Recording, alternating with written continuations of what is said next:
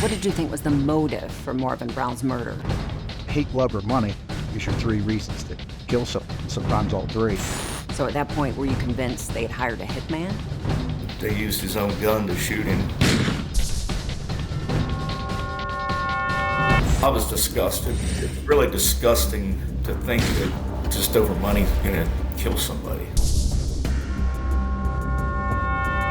Did you think you could get a confession?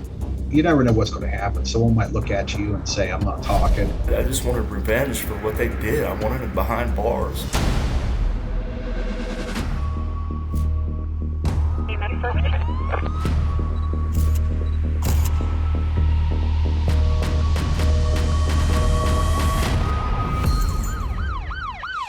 Hi, I'm Nancy O'Dell. Today's Crime Exposé takes us to the village of Powhatan Point, nestled along the Ohio River. This tight-knit community was rocked to its core when their former mayor was gunned down execution-style in his own hunting cabin. The shocking crime would take investigators down a dark and twisted path that would lead them to the ultimate betrayal. It was a brisk fall evening on November the 18th when one of Marvin Brown's friends went to join him for dinner and discovered his lifeless body lying on the floor. So in what part of the house did you find Marvin Brown? In the hallway of his hunting cabin, shot in the back. The officers at the scene were stunned. The former mayor had been a beloved member of the community. Detectives knew they would be under intense pressure to solve the case and examine the cabin for clues. Marvin, when he was shot, was carrying meat, frozen meat. The back was laying next to his body. Marvin had owned and operated an extremely successful contracting business, and detectives theorized his murder had been the result of a robbery gone bad. There were no signs of any type of break-in. There didn't appear to be anything of high value missing. Marvin had money in his pocket. Investigators quickly discovered a crucial piece of evidence. We found a shell casing behind the body, right around where we would assume the shooter would have took the shot. 9mm, and that tells us that either Marvin knew the person that shot him or that he was ambushed. Detectives had the grim task of notifying Marvin's wife, his stepdaughter, and 3 grown sons.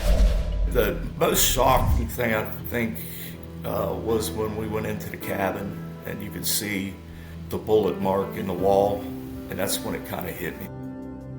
If he would have had a heart attack or a stroke, I mean, there still would have been grief there, but when he gets murdered, it adds anger to it because it didn't need to happen.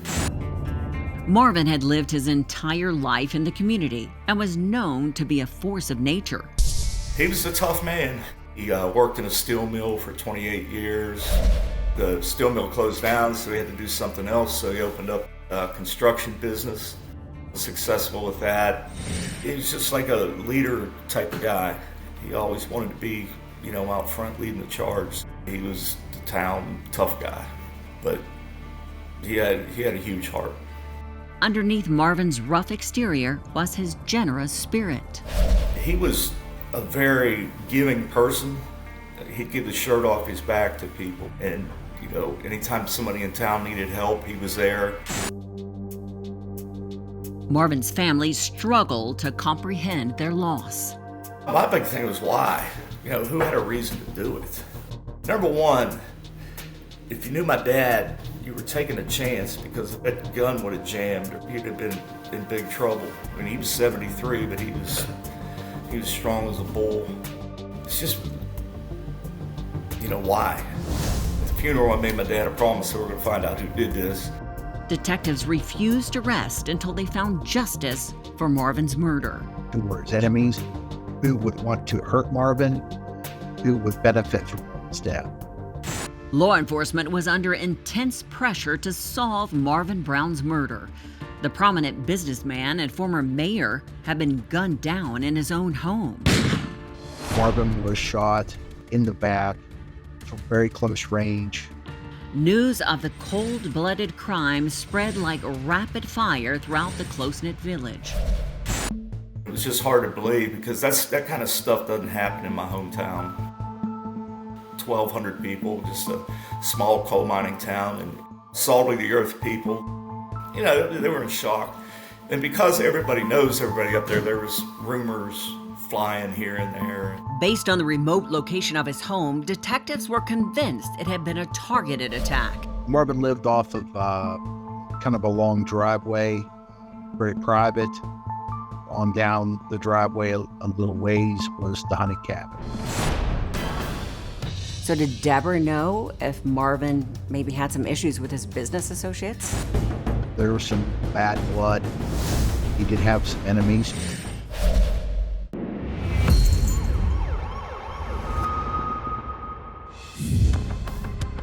Detectives assembled a timeline of Marvin's last known steps and quickly learned he had spent most of the day running errands. As far as we could tell, Marvin went to St. Clairsville for an appointment. Marvin returned to Powhatan, went to a hardware store. He talked to someone about borrowing a trailer, got something to eat. Then he returned to the hunting cabin somewhere around 1:30, 2:30, around there. Detectives concluded Marvin had been killed sometime between 2:30 and 5 o'clock that afternoon. They spoke with Marvin's devastated wife, Deborah, and stepdaughter, Meredith, who had been out buying furniture. They were at Balanceville, West Virginia, about 20 minutes away, shopping. It was Marvin's wife, Deborah, who gave police their first lead. She said her husband's hunting cabin had been broken into once before, and it happened just days before his murder. Someone had entered his cabin and took a crossbow. Marvin had been furious that his personal property had been stolen, and he quickly located the perpetrator. Once he found out that the guy had stolen his crossbow, he wasn't very happy about that. And when Dad got upset, he wasn't going to call the police to go recover his crossbow. He went and did it himself. Marvin got into a physical altercation in person. Since detectives knew this person had broken into Marvin's hunting cabin once before, they wondered if he had returned for revenge. They thought maybe the guy was getting back at him for physically getting his crossbow back. But the investigation revealed the man had an ironclad alibi. They cleared the guy. He was at work during the time of the murder, so he was kind of eliminated pretty fast. Marvin's wife, Deborah, had been the bookkeeper for Marvin's business and knew his colleagues well. Marvin owned a construction company that worked for a local coal mine. It wasn't a large operation, but it was pretty successful. I didn't have a lot of employees. So did Deborah know if Marvin may have had any issues with, say, his business associates? There was some bad blood. He could be a hard man. He did have some enemies. He didn't suffer fools at all. He wouldn't tolerate any disrespect. But interviews with Marvin's co-workers and employees failed to produce a lead. The tips kept flooding in. You get a case like this, you got to take anybody that could possibly be any type of enemy and look at them as a potential suspect. Every little lead that we got, or every little tip that came in, we spent a lot of time running those down. It was a very frustrating case. The investigation was hitting a disappointing standstill. We didn't know what was going on. Marvin's family offered a $50,000 reward for any information about the crime. The worst part's the family. They look to you to bring their loved one justice. You got to tell them we'll work on them. We're doing everything we can. The answer to one critical question continued to elude them. Who benefits? Hate, love, or money is your three reasons to kill someone, sometimes all three. Found out that the accountant was getting ready to tell Marvin some things that Deborah didn't want him to hear. So when you confronted them, what did you want to say? You had our father murdered.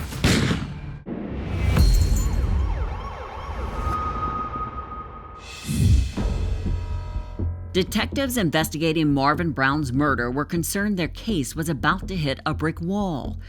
But when they spoke with Marvin's accountant, the details he provided about Marvin's wife, Deborah, broke the case wide open.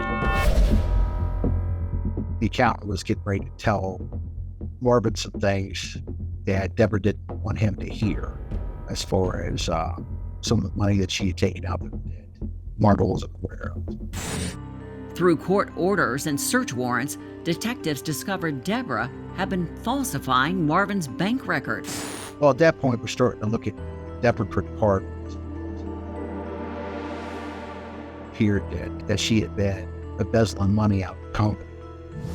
And there was more. When we got into the finances, we started seeing a lot of cash withdrawals out of the company account at ATMs, several a day, thousands and thousands of dollars a month. We thought that was pretty unusual. We learned that Deborah hadn't paid the taxes in several years. Then a tip came in from a woman who said shortly before the murder, Deborah and Marvin's stepdaughter, Meredith, had asked her to pretend to be Marvin's secretary and cancel a meeting that Marvin had with his accountant. The tipster said Deborah and Meredith didn't want Marvin to learn they had been withdrawing huge sums of money from his accounts.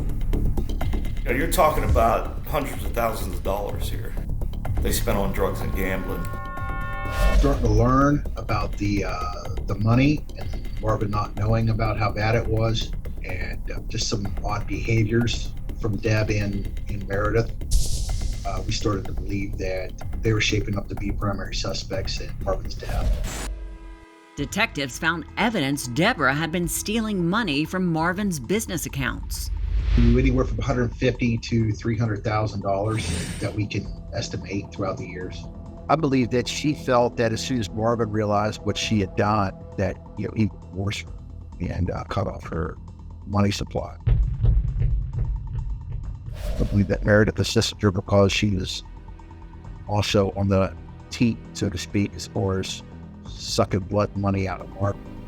However, Deborah and Meredith both had strong alibis and continued to deny any involvement in the crime. Do you think I'm that stupid? Really? You know, oh my God, I don't believe this is happening. I really don't. I honestly don't. We're going to get to the bottom, let's get to the truth of this and put it to rest eventually. It's just going to happen. I have no idea what you're talking about. This is news to me. Be right back. Just next door. Oh my God, this is ridiculous.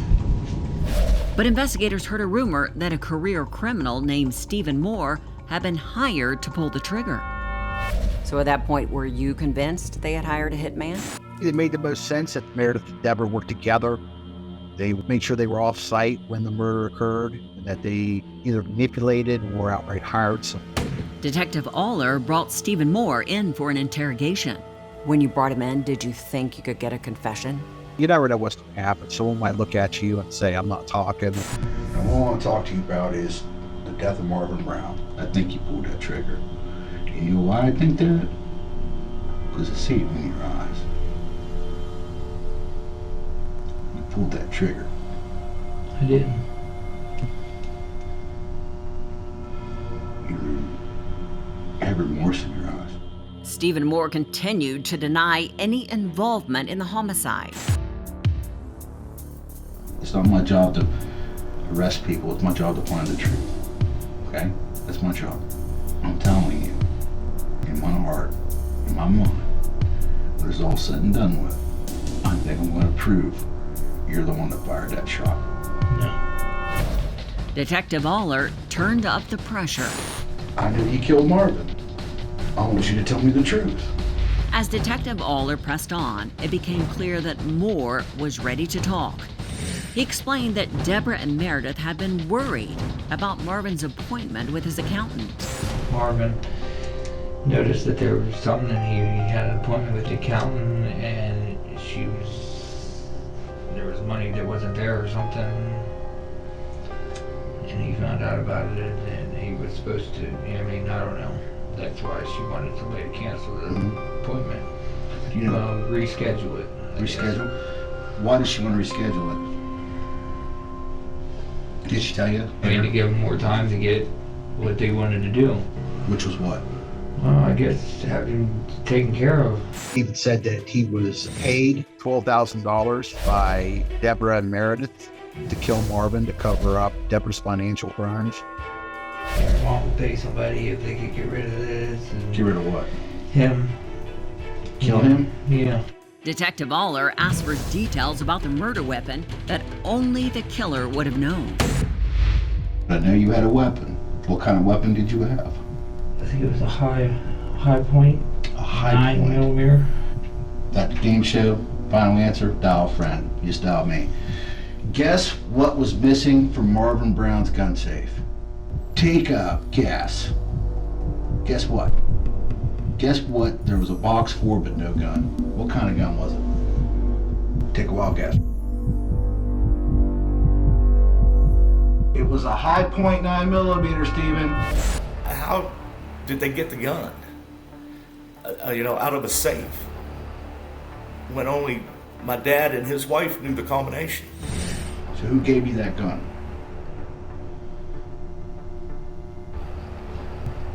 Meredith. Who shot Marvin Brown? Me. Stephen Moore was arrested and charged with first-degree murder. It was then he revealed the sinister details of the crime. I broke into the cabin How'd you break in? just through the door How? with a card. How'd you know Marvin was coming? Meredith told us she wasn't going to be Where'd you hide? beside the bed. What happened next? After Marvin got there, Yeah. he went to the freezer and he went out in the hall and I shot him Okay. How many times? once. He didn't share the slightest shred of remorse. I didn't care. After his confession, the 39-year-old pled guilty to first-degree murder and was sentenced to life in prison plus 17 years. But Deborah and Meredith still maintain their innocence in Marvin's murder. No, I was disgusted. Really disgusting to think that just over money gonna kill somebody. Dad was a smart guy. I mean, he wasn't like some chump that didn't know what was going on. My thing was, how did they keep it from him?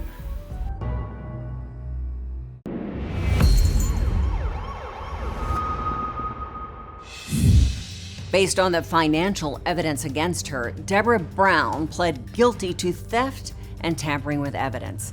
After serving 3 years in prison, she was released and died of cancer a few months later.